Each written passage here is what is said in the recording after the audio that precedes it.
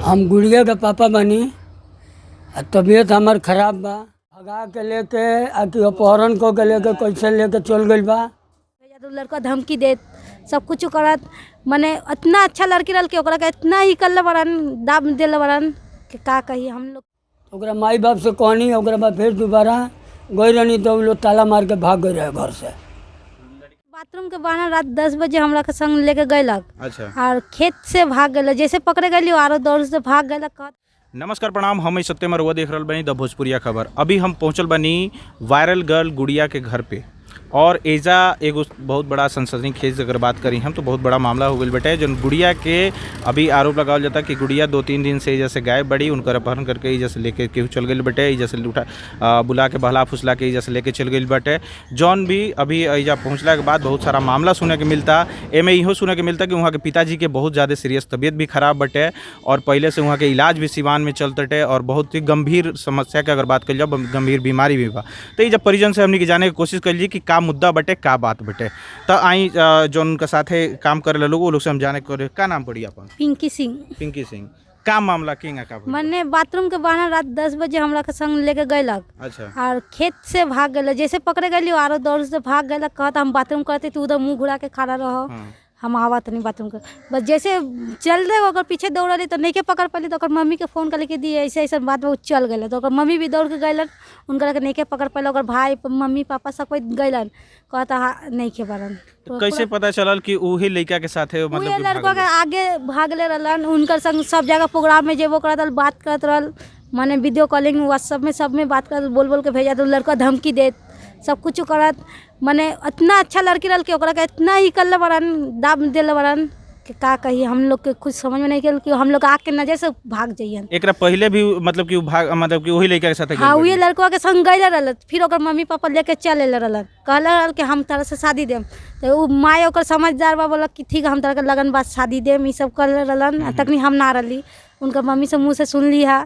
मैंने उसका पापा के बहुत तबीयत खराब बा, पैसा वैसा लेके चल गए। ये जहाँ भी रही गुड़िया हम लोग के पास चले, इतने हम लोग कहम। अच्छा, इतने कहते नहीं कि गुड़िया जहाँ भी बड़ी तहाँ से चला बस आके हम लोग के पास चले, इतने हम लोग कहम। और आगे हम लोग कुछ ना कर सकम, जहाँ भी बा जल्दी से रिटर्न चला हम लोग। अच्छा, वो लोग पर कंप्लेन वगैरह भी भइल बटे जेकर लड़का लेके? हाँ, वो लड़का बड़लों में करके लेके गए, बैठा के कपड़ा उपड़ा पैसा वैसा दबाव दिल बड़न, सब लेके गए बड़न। अभी उनका पिताजी के भी, गुड़िया के पिताजी के भी तबीयत खराब, बहुत तबीयत खराब बा। मैंने दवाई बीरो चलात रहन, उनका मम्मी के ऊपर सब कुछ बा, ओकर ऊपर चलत रहल। अब वो ओकर मम्मी चलात रहन।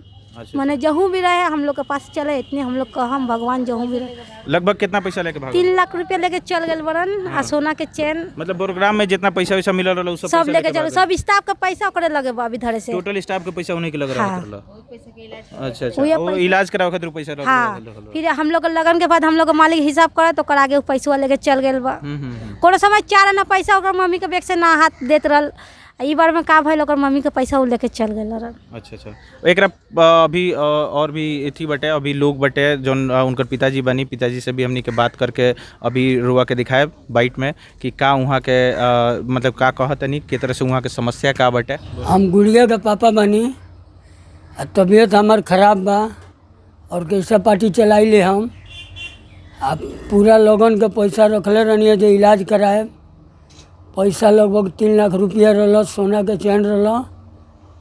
अब बालापुर के इसरार नाम के लड़का बा, भगा के लेके आके अपहरण को के लेके कैसे लेके चल गई बा।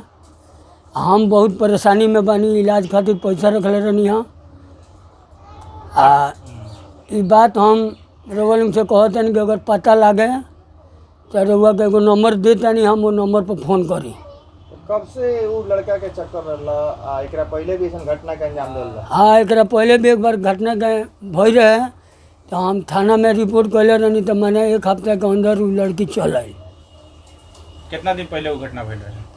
वो घटना लगभग 6-7 महीने पहले भई रहे। ई घटना कब के है? ये घटना है परसों के।